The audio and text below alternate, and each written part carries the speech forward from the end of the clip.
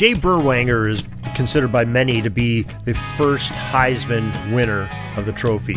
Technically, it was Larry Kelly in 1936 after John Heisman died. Our guest in this podcast has a little bit of a different idea for Heisman's first trophy, and it affects the Cumberland game of 222-0. We have Sam Hatcher coming up in just a moment to tell us all about it. This is the Pigskin Daily History Dispatch, a podcast that covers the anniversaries of American football events throughout history. Your host, Darren Hayes, is podcasting from America's North Shore to bring you the memories of the gridiron, one day at a time. Hello, my football friends. This is Darren Hayes of PigskinDispatch.com. Welcome once again to the Pig Pen, your portal to positive football history. And boy, we have a really treat for you tonight. We have an author of a book that I recently read, and it's on a very famous individual and a very famous game, but there's a lot of things that even I didn't really recognize. And the author's name is Sam Hatcher. We have him with us tonight. He wrote a book called Heisman's First Trophy. Sam Hatcher, welcome to the Pig Pen. Thank you very much. I believe it's my first appearance in a Pig Pen, and it feels very comfortable. Does it really? Okay, well, that's good. Don't get the mud on your shoes too much here in the Pig Pen. You know, we want to keep you out of the mud. Mud will be okay. I just don't want anything else on my shoes, okay? Right, okay. Now, Sam, you wrote a very interesting book. You know, the title sort of takes me as a reader one way, you know, Heisman's First Trophy. The first thing that's coming to my mind is the Heisman Trophy, named in honor of John Heisman. So I'm thinking maybe it's going that way a little bit. And then you dabble in a little bit, in the precursors that it's on this Cumberland game that he coached of the 222-0 game, which a famous game in football history that most of our listeners are very familiar with, both these things. But you tell a sort of a different side of that story, which is really pretty interesting. And we're going to get to that in a second. But first, a little bit about you. You come from the town of where Cumberland College is. That's where you're talking to me from right now. And why don't you tell us a little bit about that and your background with Cumberland? Sure. I was in the news. This is Lebanon, Tennessee. We're 30 miles east of Nashville. We're on I-40, and a lot of people will recognize Lebanon when I'm traveling. They'll say, oh, yeah, we passed through that town. Yeah, it's on I-40. But probably Lebanon, outside of Cumberland University, Lebanon's probably most famous for Cracker Barrel restaurants. It's the hometown headquarters of Cracker Barrel. Really? And it was started by 12 local friends here, as a matter of fact, and now they have over 650 restaurants nationwide. But, it's still got a small town feeling to it. Lebanon is a town of about 35,000. The university has grown substantially in the last 7 years. We've doubled enrollment. I'm actually chairman of the board of Cumberland. I was elected chairman of the board back in June of this year. So I'm beginning. Congratulations. Thank you. Been on the board for probably 40 years. My career has been in the newspaper business. I was the editor of the local, editor and CEO of the local daily newspaper. And then my company ended up with like 5 community newspapers in Middle Tennessee. So, I'm sort of a big print media guy, but I feel sorry for the print media because we're sort of going the wrong direction, I'm afraid. But now I do some consulting work, and I enjoy writing, to be honest with you. Well, you can see that there's a writing background in the way that your writing style is, and your book is excellent. I know we talked a little bit before we came on here, but you took me, somebody that knew a lot about the individuals, especially Coach Heisman, and a lot about the Cumberland game, the 222-0 game, and you educated me in ways that I didn't realize that I could be educated on that game. So, it's a very interesting story, and you sort of take it from sort of the Cumberland side of things, which is not a perspective that we as football historians 100 years later get to appreciate. And boy, when you read this book, it's a great way to appreciate. But before we go too much further, and we'll do this again, why don't you let folks know again the title of the book and where they can get a copy? Okay, the title of the book is Heisman's First Trophy, and actually you can buy it anywhere books are sold. Amazon carries the books, but several notable bookstores carry the book as well, and it's easy to access. So Okay, yeah, nothing easier than that. Go to your local bookstore, or some of the big names on like Amazon on online to get it. So however you prefer. Now, this is such a treat for me as a reader. I read a lot of football history books during a year. I usually go between 3 and 5 books a month. I'm reading on this, oh, but you had some really neat little tricks and treats for me as a reader. You would take me down one road of something familiar to me, like Coach Heisman or the story, and you would throw some twists and turns in there and bits of history, and boy, it was just a delicacy and smorgasbord of information, and I really enjoyed the way you did it. Is that a writing style that you adopted? Where did you get that kind of writing style from? that probably comes from my newspaper background. And maybe from my own reader habits. I'm sort of a guy that reads right before I go to bed at night. So I don't know if you noticed, and I'm sure you did. The book's chapters are rather short, and I hate books with really long chapters. So I tried to write the book in very short chapters that were readable within a short period of time to sit down with the book, and tried to make it interesting from that standpoint. And the other thing that you pointed out in our earlier conversation is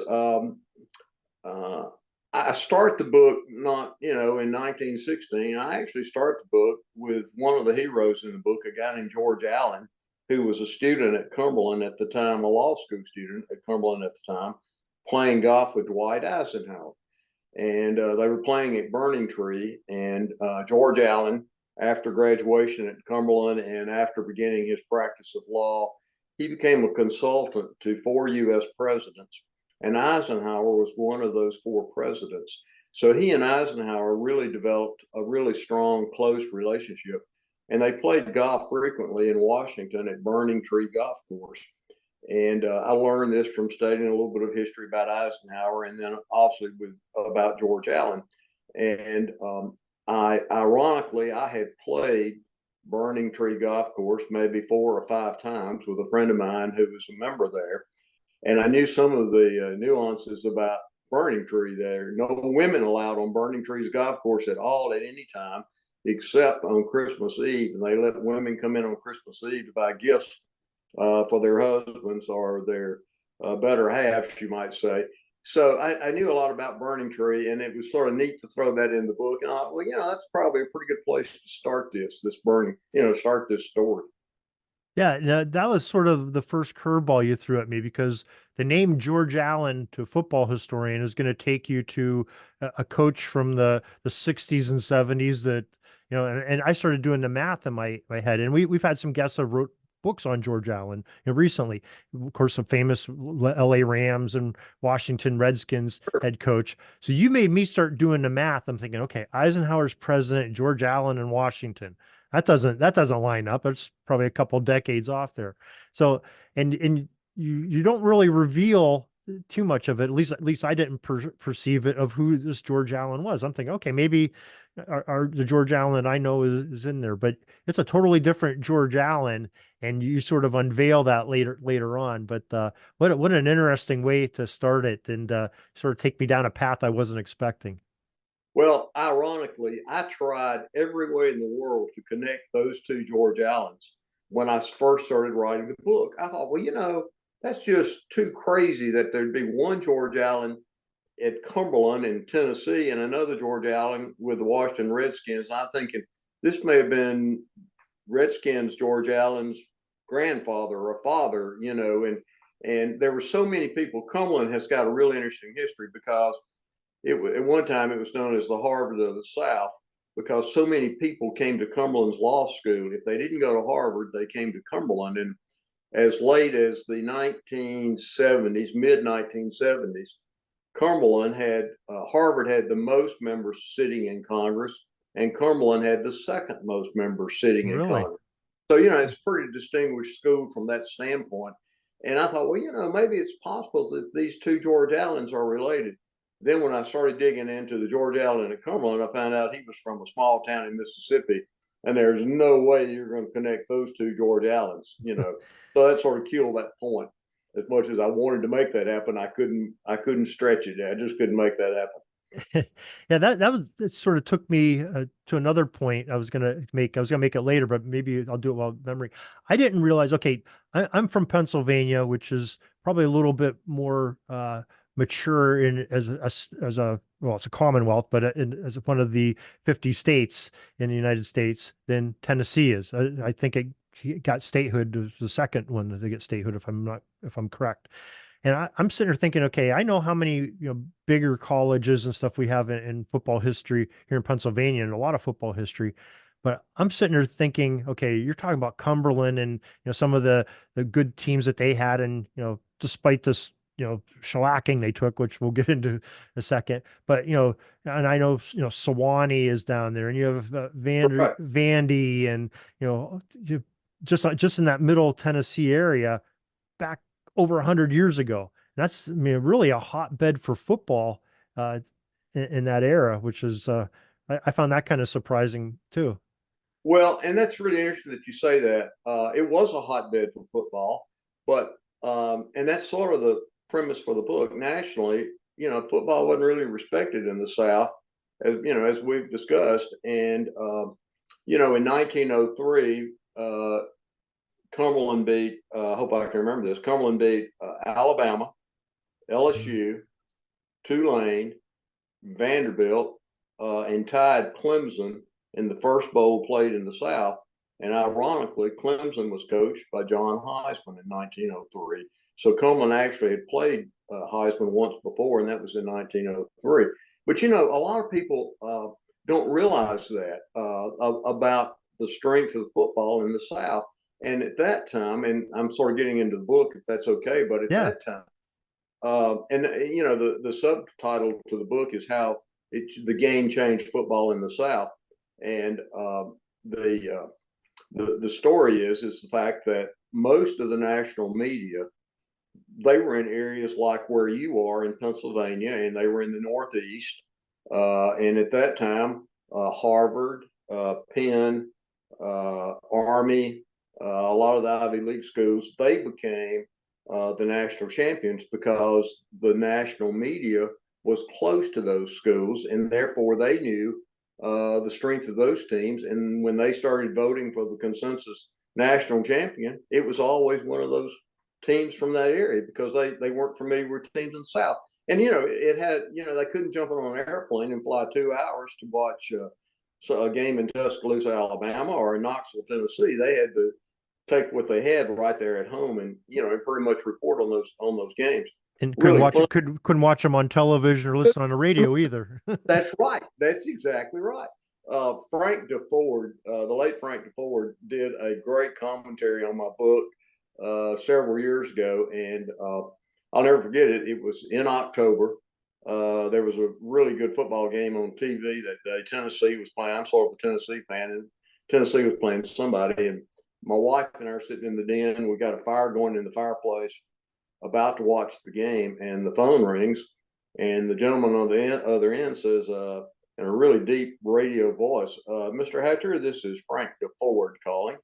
I'd like to ask you some questions about your book." And so, I got all excited, jumped up, went to another room to talk with him. And his point was, you claim that this changed football in the South. I want you to prove to me that it changed football in the South. So I go through the story, and I go through about how the media covered the game because of the score of the game. It was, nobody had seen a score like 222-0.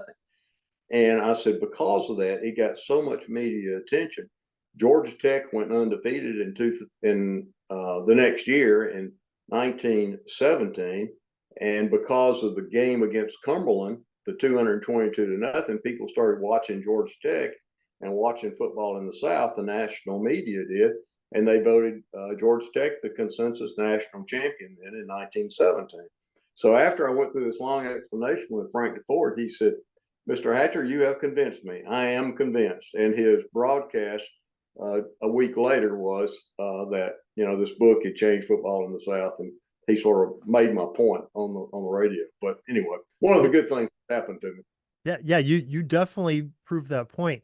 And I mean, you also brought an interesting facet to the story with that another thing that I didn't realize, we have probably the most famous early journalist of football, hero of football, Grantland Rice. And if I'm sitting there, if I'm like sort of doing a CSI of this whole thing and I have a map up and I'm putting the pins in and putting the yarns, I'm starting in Murfreesboro, Tennessee, which is not far from Lebanon. Very A- close.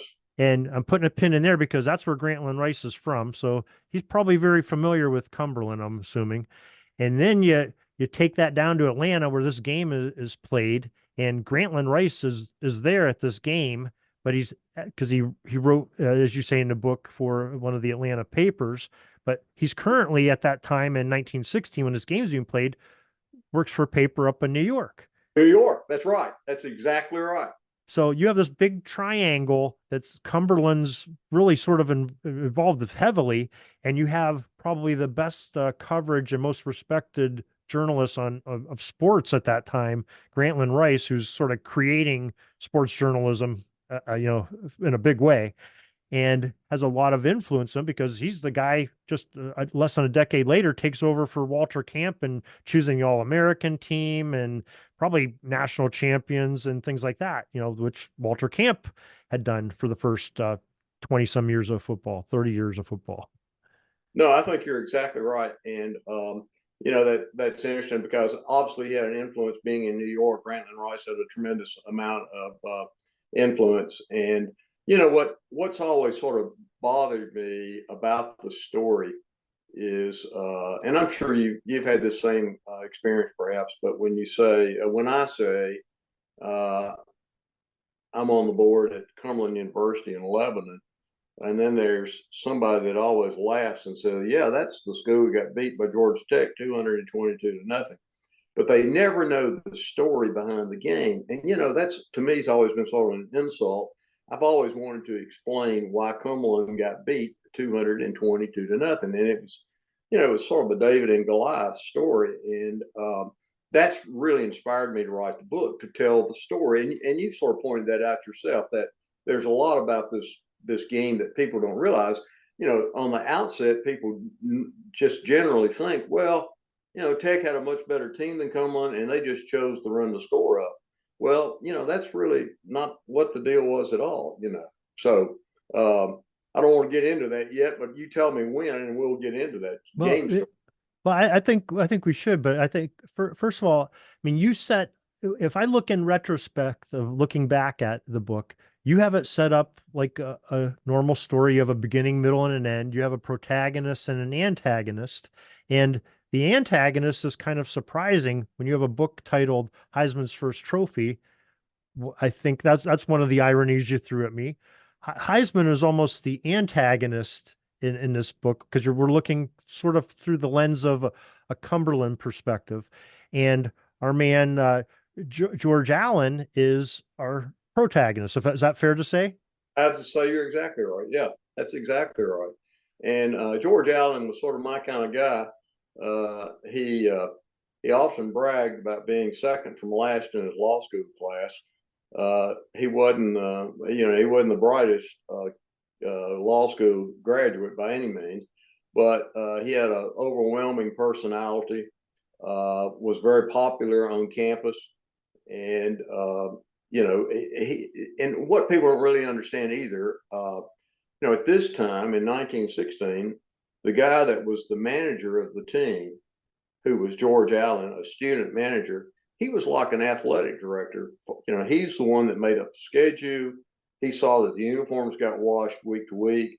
He packed them in bags to take on a train wherever they were going to play. So this guy was sort of in charge of the program, the athletic program at the university. And it was George's fault that they got into the predicaments they got in with Heisman and Georgia Tech. If I may, I'll sort of go on in. Yeah, but why don't you tell us what George did to make Georgia Tech sort of angry with Cumberland? Well, it actually started in the spring of 1916. John Heisman was also the Georgia Tech baseball coach, and he had a nationally ranked baseball team. that he brought to Lebanon to play Cumberland University in baseball. And it was a big deal for the, as you can imagine, for a small town the size of Lebanon at that time, probably had maybe 2,000 people living in Lebanon at that time. And here's this Georgia Tech team out of Atlanta, a nationally ranked baseball team, coming to play Cumberland's baseball team. So, it was a big deal. The town got excited about it. And so George Allen, again, was the manager of the baseball team. And not wanting Cumberland to be embarrassed, he sort of pulled a fast one on John Heisman, and he went to Nashville and got some semi-pro players from Sulphur-Dale. That was the Nashville Semi-Pro League. They played at a stadium called Sulphur-Dale in Nashville, and he brought those 8 or 10 players or 6 or 8 players back to Lebanon and suited them up in Cumberland uniforms and let them play the Georgia Tech team. And the bottom line was, at the end of the game, Cumberland won that game 22-0 and beat the Georgia Tech nationally ranked baseball team. And when the game was over, Heisman sort of, starts looking around the field, and, some of these college students looked like they were 35 and 40 years old. And Heisman figured out that, he'd been duped. And he says to George Allen, I'll get you for this at some point. I'm going to get you. Because Heisman left there really, PO'd about what had happened to him at Cumberland. So, at that time, there was not an NCAA, so there's nobody really patrolling college athletics, so to speak. And George Allen thinks, well, you'll never get me again because I'll be gone. I'm graduating from school and I'll be out of here. So that was in the spring of 1916. And later that year, the Cumberland board Cumberland had sort of fallen on hard times financially. And several of the players had left to prepare to go to World War I. And the school really didn't have the resources to have a football team in the fall. So the Cumberland board made the decision that they would do away with football and just not have a football program in the fall because it would obviously save money in a number of ways.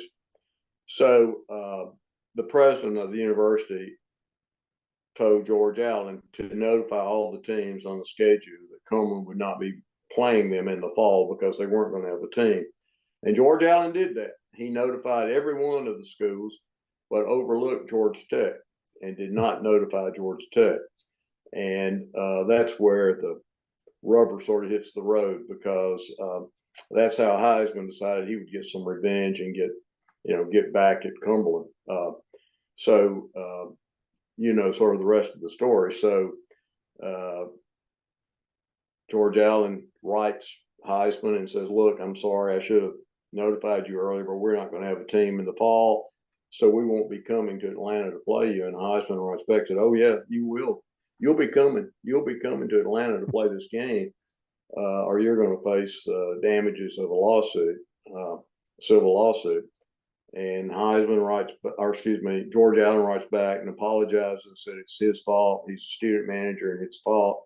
Heisman writes back and says, I don't care. You're going to play this game or Cumberland will be responsible for the damages for not playing the game, which at that time would have been probably close to $100,000 in today's money. And the truth of the matter is it could have closed and probably would have closed the doors at Cumberland University. They couldn't come up with the money to pay the Georgia Tech, and they would have probably closed the school. So I'm really going through the whole story, but if I could pause just a second, just to highlight a couple things. Okay, first of all, that baseball game, and Heisman's the baseball coach. Heisman's a pretty big name in 1916. He's we know as football historians, he was one of the major proponents, if not the proponent of in 1906 with the football revisions of instituting the forward pass to the game. And he had been at a variety of colleges, including, like you mentioned earlier, Clemson and Georgia Tech and some others that around. So this is a well-established, probably one of the most respected college football coaches around. And there really wasn't pro football at that time. So this is like the man in football. This is like, Saban would be today, coming in, coaching a baseball team would probably maybe be a good correlation to the modern viewer. So this is a big deal. And you have these gents at Cumberland, they're excited to come in here and you build it up that Georgia Tech has a pretty strong baseball team too under Heisman, and Cumberland's no slouch, but getting those recruits. But they have the people of Middle Tennessee and that Cumberland and Nashville area are looking at this. It's one of those dates on their calendar. I'm sure they had circled and said, "Oh, Heisman and Georgia Tech are coming to play, on our baseball diamond, and we're going to be ready for them." So that was a big deal. And then when they won, I mean, what a perfect way to rate. You couldn't have made this up. It's almost like Shakespearean to have a 22-0 game foreshadow a 222-0 Isn't that game. right? Isn't it Oh, crazy? it's beautiful. It's beautiful. Yeah, And you crazy. can't make that. You can't make that up. So Exactly right. Crazy. So, George Allen feels badly about what's happened, and he comes back to campus. And the Kappa Sigma fraternity, they love this story. So he comes back to Cumberland's campus, and he organizes 14 Kappa Sig fraternity brothers to go to Atlanta to play Georgia Tech. And they go down there to play Georgia Tech to save their university, because George Allen tells them, "Look, it's my fault. I'm the one that screwed up.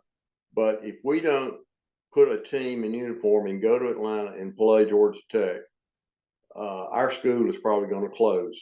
And I don't want that on my shoulders."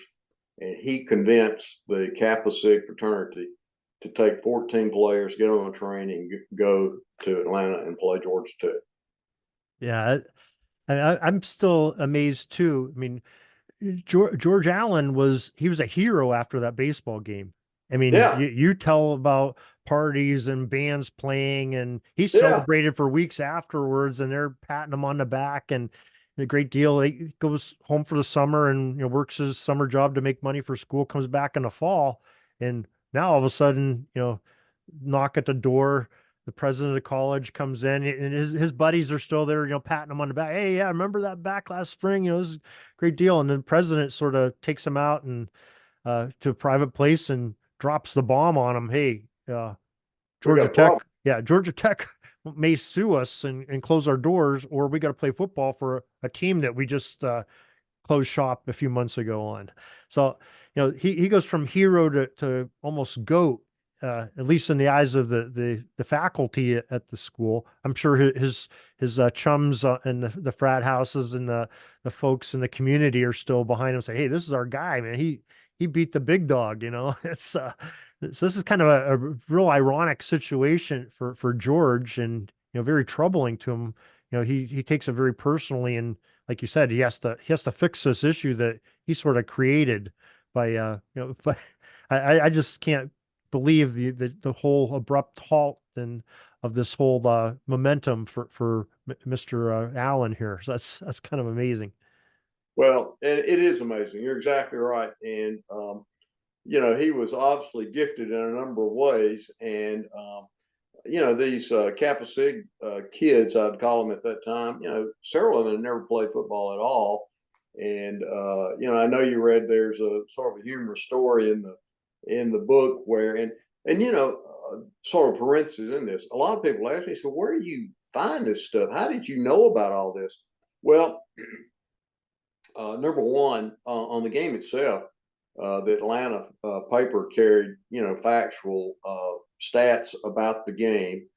But these players had reunions every so many years after this game. They would have maybe, a 25-year reunion, a 50-year reunion. And these stories were swapped during the game. And then at one point, the historian at Cumberland University was in school in 1916 when this game was played. So he'd recorded a lot of the things about the game in a history book about Cumberland. And, I took a lot of the excerpts from that. But, I was amazed at the number of, being a print media guy myself, I was amazed at the number of stories that were carried nationwide about the dadgum game.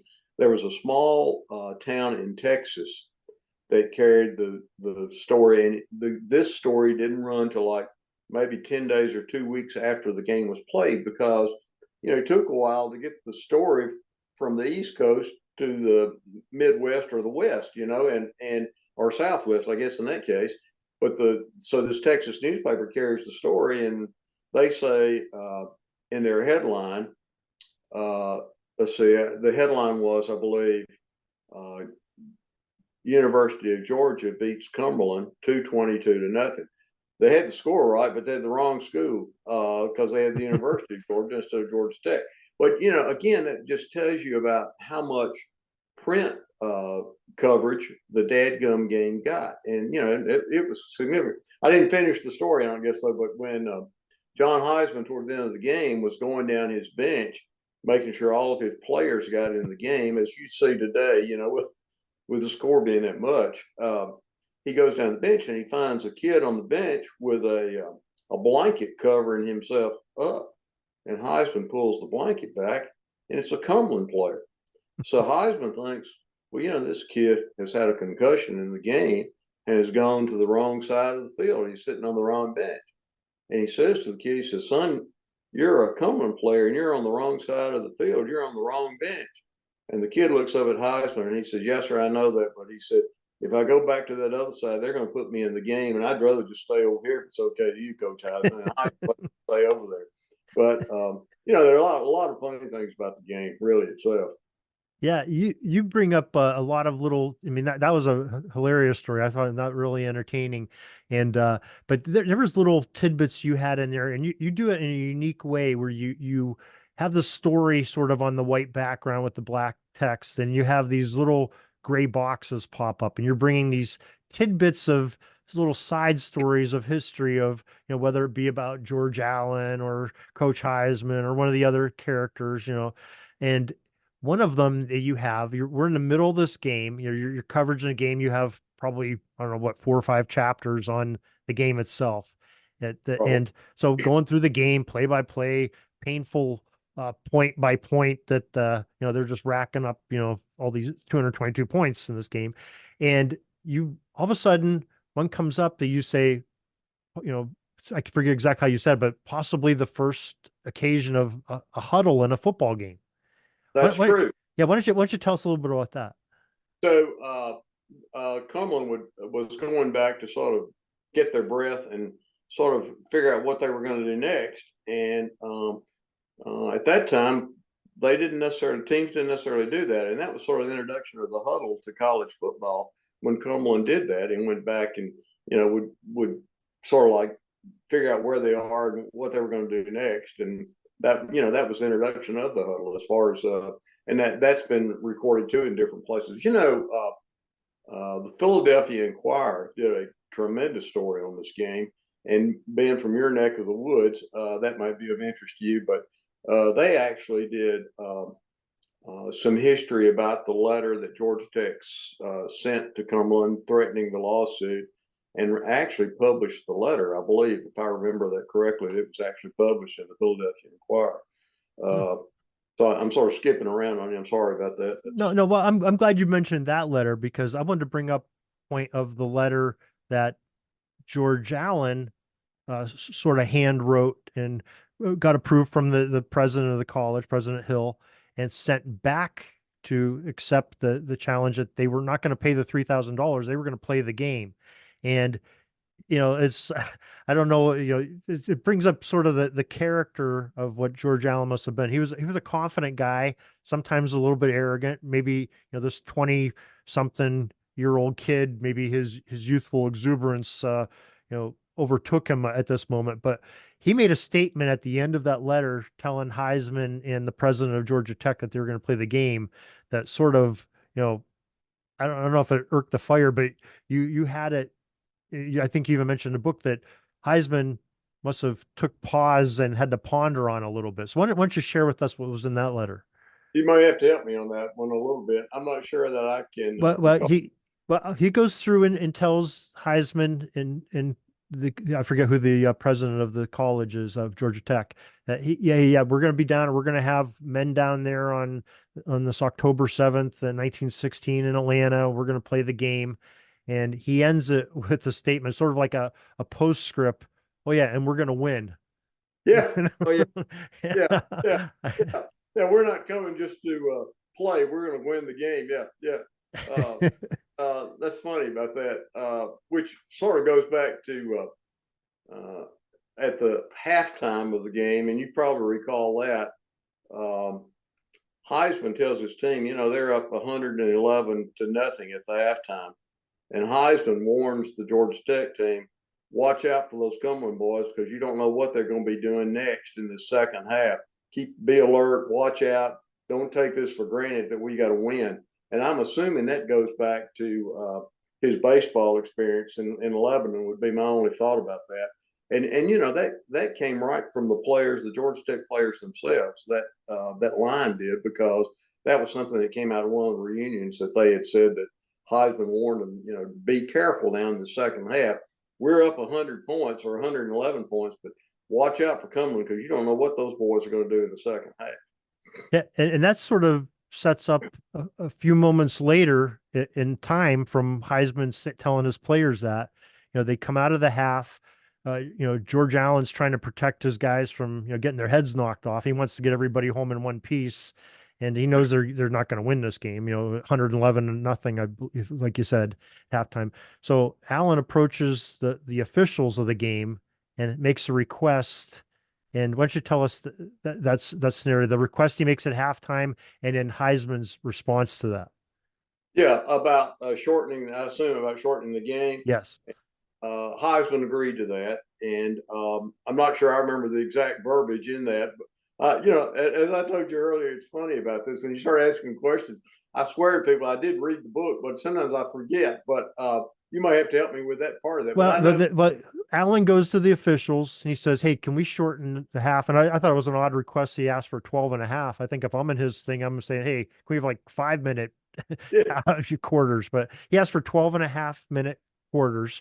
And the officials are sitting there, well, okay, but we have to get Coach Heisman to agree to it. So they go over to Heisman, and Heisman just, like you just said, just got done telling his team, "Hey, watch out for these guys, because remember what happened up in Tennessee. These guys are clever and they're shifty, and you can't trust them." And he sort of gives that same message to the officials that come to him and say, "Hey, we've been talking to coach over there. Heisman has no idea what they're talking about. He's looking across the field and seeing a conversation. So maybe that refreshes it on that conversation that Heisman tells the officials." Yeah, and again, I'm sort of blank on that, but I do remember that he did say, it's sort of like no funny business now, or is this going to be the truth, or is this a trick? It was basically that, and Heisman didn't have a whole lot of trust in George Allen at that time for sure. Not at all. And you can't blame him either. No, not at all. Not at all. Not at all. A funny thing about the game, there were no first downs in the game, which I don't know if there's ever been a football game played where there would be no first downs. I can't think of one where I've ever seen that before. And Cumberland's longest play was a 14-yard pass. So, when you say that, when I've spoken to civic clubs and other groups and I say that, they say, "Oh, you made a mistake because they must have gotten the first down if they threw a 14-yard pass." Well, it was 4th and 22, so they didn't get a first down. They were 8 yards short of getting their first down with their 14-yard pass. So, it always brings a roar of laughter when I tell that, but that's as close as they got. Crazy. No first downs, record scoring, of course. Most kickoffs of any game, I believe. Most kickoff and most extra points. There was a kid from Johnson City, Tennessee, which is up in the Tri-Cities area in East Tennessee, that was the kicker for Georgia Tech. And, I think that's a record extra points, that he kicked in that game. But I'm not sure if you tell in there, but I believe Georgia Tech ended up having to switch kickers because the original kicker, I think he got too tired kicking all those extra points. He had to get replaced. That's exactly right. They did. And I hate to keep shifting back and forth on you, but I wanted to point out to some people a little bit about history and about I included a line or two in there about the Kennedy-Nixon debate, Mm-hmm. and I know a lot of people don't remember that, but I think that's an important part of history, and they need to know about that. And from the standpoint of the economy, and this won't mean much probably to your people in Pennsylvania, but there's a 5-star hotel in Nashville called the Hermitage Hotel. And I have George Allen going to the Hermitage Hotel to sort of make his plans on what he's going to do to sort of, make things right at Cumberland when he finds out that Heisman is pressing this lawsuit.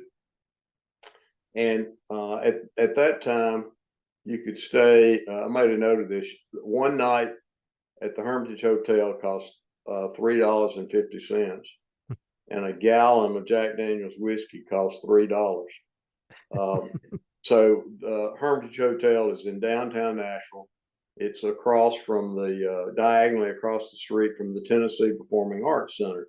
And my wife and I, and the president of Cumberland and his wife, we had season tickets. We had season tickets to the Performing Arts Center. And to tell you how things have changed in recent years, my wife suggests, well, on Friday night, instead of us driving back to Lebanon, why don't we just spend the night at the Hermitage Hotel, have breakfast on Saturday morning, and come back to Lebanon the next day. Nashville has gotten so compact with people at night. It's just amazing how many people are on the streets in Nashville now at night. And, it would take us 30 to 40 minutes to get to the interstate to drive back to Lebanon. So I said, well, that's a great idea. I tell you what I'll do. I will check with the Hermitage Hotel on Monday, and I'll book us 2 rooms, one for the president of Cumberland and his wife, and for me and my wife, and we'll stay at the Hermitage next month when we come to TPAC. So I called the Hermitage Hotel, and for one Friday night room, a standard room now at the Hermitage Hotel, it was $1,100. Wow. So it's gone quite a ways from the $3.50 in 1916. And I think it's sort of important for people to know that to know a little bit about the history of, from where we've come and, what things were like then, the cars that they drove. And just, I wanted to include as much as I could in the book about football history, about, there's a line about where the red elephant tag came from for Alabama. Mm-hmm. There's talk of, there's quite a bit of references to University of Georgia and Alabama, and how Vince Dooley and Bear Bryant sort of got at each other's throats. So I tried to sort of mix as much. You had some Civil War references and Civil War history, references, and in respect to how Cumberland survived. I mean, I thought that was all brilliant, and it was very, very engaging as a reader to listen to and read. So yeah, very, very well done on that.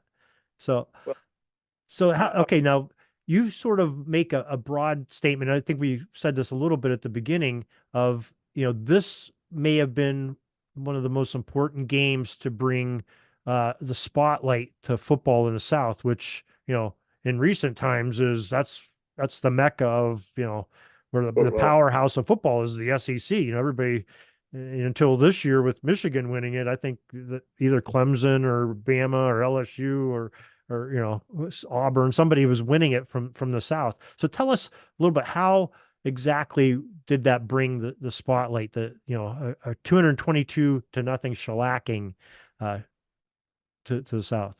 Well, again, the print media was, the stories were, and they were coming out of the Northeast. And you got to remember, the Northeast controlled college football at that time. And the story that came out of the Northeast essentially was, one team beats another team 222-0. So this team must have a lot of offense. They must have a really good defense, because the other team never scored on them. No one reported that Cumberland didn't have a football team in 1916 and sent 14 Kappa Sig guys to Atlanta, Georgia to play the game. So, but you can imagine, if you read that in the print media, the story was Georgia Tech beats Cumberland 222-0. And because of the score was so exaggerated, so large, that meant other newspapers across the country carried the story of the game. If it had been 14-0 or a 50-0 game. It wouldn't have been so unusual at that time. But 222-0 made that, put the spotlight on football in the South and made the difference. So, I always like to say in a lot of ways, Alabama, Georgia, these teams in the South owe Cumberland a lot because if it hadn't been for the Cumberland Georgia Tech game, there'd been no spotlight on football in the South, because I know that's an embellishment and an exaggeration. But at the time, it was the only thing to report really that was sizable. I mean, it was a major news story, Yeah, that's now I guess something else that's kind of interesting. Okay, we think of, the Heisman Trophy, and we think that is, that's the honor that goes to the best college football athlete of the year. I don't think it's defined as that, but that's what it's become as us, Yeah. the public. We associate it with that. If you're the Heisman Trophy winner, you're the guy in college football. And so Heisman's name is sort of associated with, good sportsmanship and playing by the rules. And, that's sort of I don't know that's sort of the aura that the name Heisman comes probably a lot from the trophy. And you bring in a statement of Coach Heisman saying, he's against the rules makers of how they're choosing the national champions, because at that time, like you said, they're looking at the scores, and however lopsided your scoring is against your opponents for the year, that's a major factor in you being crowned the national champion, or the mythical national champion at the time. They really didn't, I think, announce it. These are a lot of retroactive things, but he's arguing the point, but yet he's the coach that made the big most lopsided score in football history thing. So it's kind of another irony that comes up out of that, which was No, I entertaining. think you're right about that, and I think he was showing that uh, you know he could beat this team that didn't really have a team by that score and get that kind of press off of it, and it was meaningless. He knew it was meaningless. That he beat Cumberland 222-0. He knew that. I thought he's a really interesting guy from a lot of different uh, standpoints, but he was a Shakespearean actor.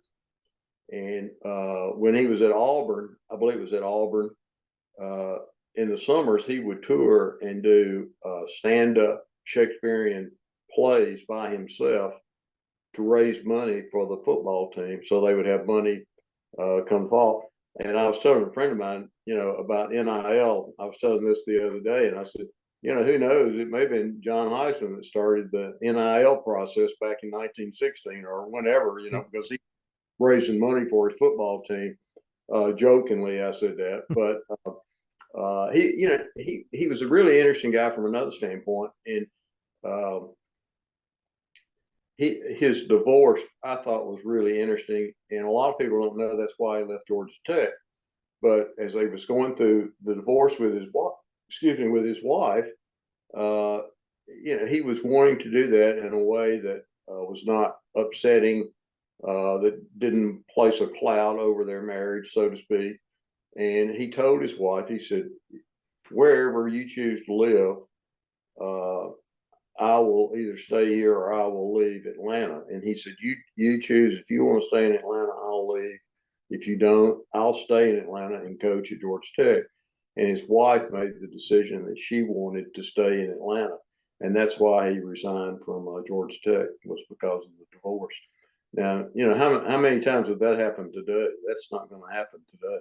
No, not for that reason, but he might be the first major college coach to have that abrupt, unexpected, "Hey, I'm taking off," Yeah, like, Kelly did at Notre Dame to move to LSU recently, or, Coach Saban this year, "Hey, I'm done coaching," or Alabama. Those fans are probably going, "Oh my gosh, what, here's our guy that brought national championships and honor back to the programs." So, but yeah, it was interesting the way too that you had Heisman presenting that to the board of directors of Georgia Tech. He invites them over to his home. yeah, I, yeah, I, I, I doubt the Nick Saban had the Alabama folks over in his living room and said, "Hey, I quit." I'm sure it didn't go down like that, but different time and just a very respectable way to do it, to be on his own home turf to do that. And that was recorded, I believe, in an Atlanta Journal. That story was that they had gone there for a breakfast, and that he had made the announcement, and the explanation was made as to why he was leaving. So, Wow. Well, I'll tell you what, it was just a brilliantly told story from so many different ways. Folks, I highly recommend this. You're going to be entertained. There's a lot of little tidbits and nooks and crannies to the story that Sam wrote, and telling the story and bringing the bits and pieces of history. We're only touching on some of them. So make sure you get a copy of this. Like Sam said, you can get it on Amazon or your favorite bookstore. And Sam, why don't you go ahead and tell us the title again? It's Heisman's first trophy, and I promise you, it will not bore you. Not because I wrote it, but just because the story is really interesting story. I think most of your readers, if they like football, they'll find this as it's really interesting story, to be honest with you. Thank you so much for letting me be in the Big Pen tonight. I've really enjoyed this very, very much. Great interview. I got to tell you, you may be the best one I've done. I've been doing these interviews for several years. The book is in its fourth printing, and it's done really well. It's sold really well. And I got to tell you, this is the best interview I've ever had on the book, and I really appreciate you taking the time to do this. Well, Sam, I thank you for the kind words, and I, in return, thank you for coming on here and sharing in opening up your book to us and telling the story and your background and giving us this view of Cumberland. These folks that took the worst beating in football history, and giving a little bit of humanistic nature to them, and we can feel their pain and their joy. And and something we didn't even say is, when Cumberland comes back from that loss, they're celebrated in Lebanon and Nashville. Really? Right, they're heroes. They're heroes. They saved the university, and they're heroes. And bands playing, and thousands watching the train come in for a team that got beat 222-0. I'm sure that a team that gets beat 60-0 today doesn't go back to their campus and have everybody waiting for them. I guarantee you that's the truth. At least not with kind words. Maybe they're with the boo birds, or they're maybe perhaps. But yeah, Sam, again, thank you so much for joining us tonight and telling your story. Thank you. Best wishes to you. Thank you very much. Bye-bye. That's all the football history we have today, folks. Join us back tomorrow for more of your football history. We invite you to check out our website, pigskindispatch.com, not only to see the daily football history, but to experience positive football with our many articles on the good people of the game, as well as our own football comic strip, Cleat Marks Comics. Pigskindispatch.com is also on social media outlets, Facebook, Twitter, Instagram, and don't forget the Pigskin Dispatch YouTube channel to get all of your positive football news and history. Special thanks to the talents of Mike and Gene Monroe, as well as Jason Neff, for letting us use their music during our podcast. This podcast is part of the Sports History Network, your headquarters for the yesteryear of your favorite sport. You can learn more at sportshistorynetwork.com.